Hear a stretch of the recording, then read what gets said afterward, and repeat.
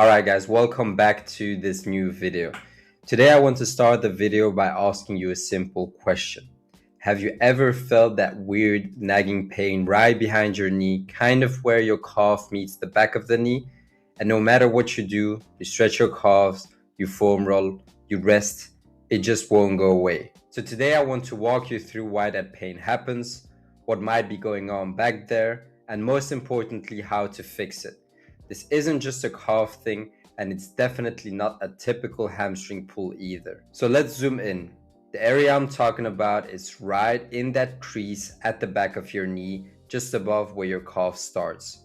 You might feel it when you bend your knee, walk downhill, try a lunge, or even just stand up after sitting for a while.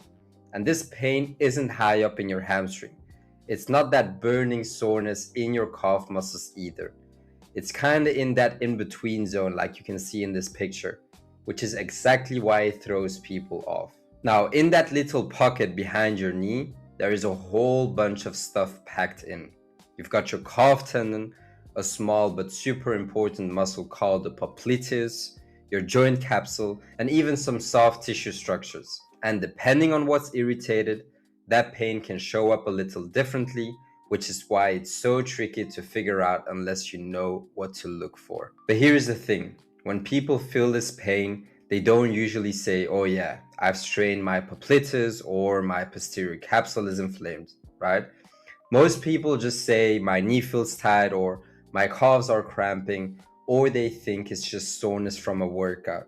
And it makes sense because this pain doesn't feel super sharp and it doesn't always flare up during movement itself.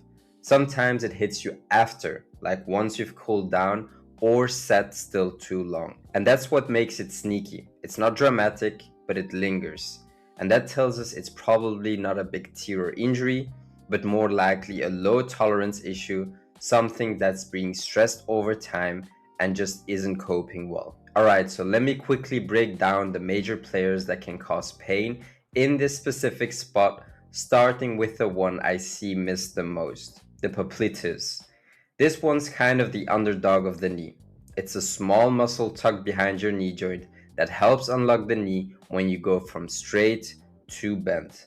It also helps stabilize the knee during twisting or directional changes, like when you're pivoting or walking downhill. When it's irritated, it gives you this deep kind of annoying ache behind the knee. Not stabbing, but just off. Secondly, we have the gastrocnemius tendon. Now, your big calf muscle, the gastric, actually crosses the knee joint. And where it attaches, right above your calf and behind your knee, that tendon can get irritated with repetitive stress, like running, pushing off, or anything with lots of knee extension under load. This is especially common in runners or people who do a lot of explosive training. Then we've got the joint capsule. Think of it like the envelope around your knee that provides stability and houses some of the pressure sensors. If you've ever felt like your knee is just stiff or awkward to fully bend, this could be part of it. And finally, there's the bursa. Little fluid-filled cushions that reduce friction and some fatty tissue that can also get cranky when compressed too much. Okay, so let's get into how this pain actually shows up in real life. I will give you a few patterns to watch for. In terms of popliteus pain, it usually feels deep and kind of nagging. It shows up during knee flexion under load, so stuff like going downhill or squatting with a narrow stance. In terms of gastrocnemius tendon pain, this one often kicks in with toe off.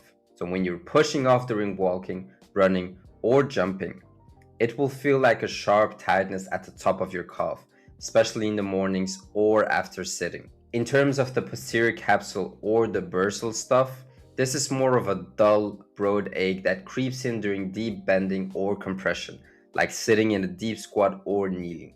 And I will give you as well a bonus one. Occasionally, if the tibial nerve is irritated, which runs through that space, you might feel some light tingling or even burning. And that's a whole other story, but something to rule out. Let me paint some real life situations for you. See if any of these sound familiar. Scenario 1.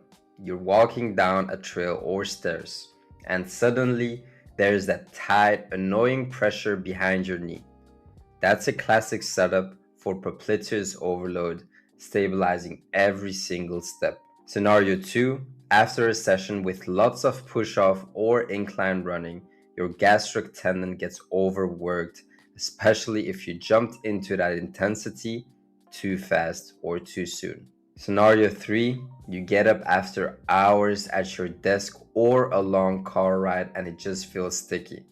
That's often the posterior capsule getting stiff or slightly inflamed. Now let me show you a few simple things you can try at home to help figure out what might be going on. Test number 1, active knee bend. You just stand and slowly bend your knee. If pain kicks in midway, not at the top or at the bottom, that's likely popliteus. Test number 2, a simple heel raise or a calf raise. Rise up on your toes. You can do this assisted or unassisted. If pain sharpens behind the knee, that points towards gastric tendon load. And finally, test number 3, a deep squat hold. Sit into a bodyweight squat and hang out there. If discomfort builds, that might be more capsule or soft tissue compression. Alright, so why does this keep coming back? Usually because people either don't strengthen the tissue, they just rest or stretch it, because they ignore the real cause and keep moving the same way, because they go too hard too fast with training spikes, and that's why a structured program is very important here, or because they have poor ankle mobility, which shifts too much stress to the knee. And this is exactly why just stretching your calves usually doesn't help. You've got to address the actual movement quality and load control. Now let's get into that part that actually helps you fix this. Because here's the thing, this pain at the back of your knee, top of your calf, it doesn't go away just by stretching or resting. We've got to get more strategic. The first thing that you can do is improve tibial rotation control. This one gets overlooked all the time. Your tibia, that lower leg bone, needs to rotate, not just flex and extend, but actually rotate slightly during walking, squatting, and running. If it can't do that properly, your knee starts compensating, and that stress lands right where you're feeling it, behind the knee. Secondly, what you can do is identify your hamstring bias. This is something I started doing with my clients, and it works magically. You have to know that not all hamstrings are created equal, and some people naturally overuse one side of the group. If you're really semimembranosus dominant, that's the medial side, it can actually pull the tibia into too much external rotation, irritating the popliteus or posterior capsule over time. On the flip side, if your biceps femoris isn't pulling its weight, you lose lateral knee support, which can throw things off under dynamic load. On number 3, what you can do is build mid-range variability. This might be the most important one.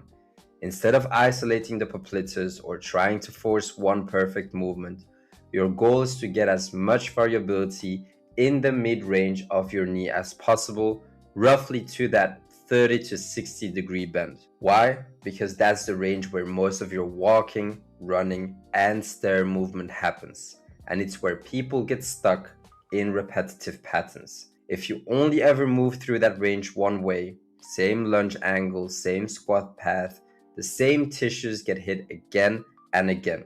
And that's how we get sensitized tendons or irritated capsules. Next, we've got to look at the calf-knee connection, especially the gastric tendon which crosses the knee. When this is overloaded, it doesn't need stretching, it needs smart loading. On number 5, this might seem unrelated, but poor ankle mobility shifts stress upstream right into the back of your knee. If you can't dorsiflex, get your knee forward over your foot, your body finds that range somewhere else. And often, that means overloading the structures we've been talking about. And lastly, this is huge, don't stop at simple drills. Once you feel some progress, start integrating all of this into real movement. Now, if you're dealing with any of these visible swelling or lump, pain that gets worse no matter what, numbness or tingling, or you've tried rehabbing it with no change after 2 to 3 weeks, get it checked out. Could be a kyst, more serious tendon issue, or even nerve involvement. So that pain behind your knee and at the top of your calf, it's not random, and it's not something you need to just live with. Once you understand what structures are involved, you can train smarter, move better, and stop chasing symptoms that don't work. Alright guys, if this helped you, give it a like, drop a comment with where exactly your pain shows up, and I will help you guide you from there. Thanks for watching, and I will see you in the next one.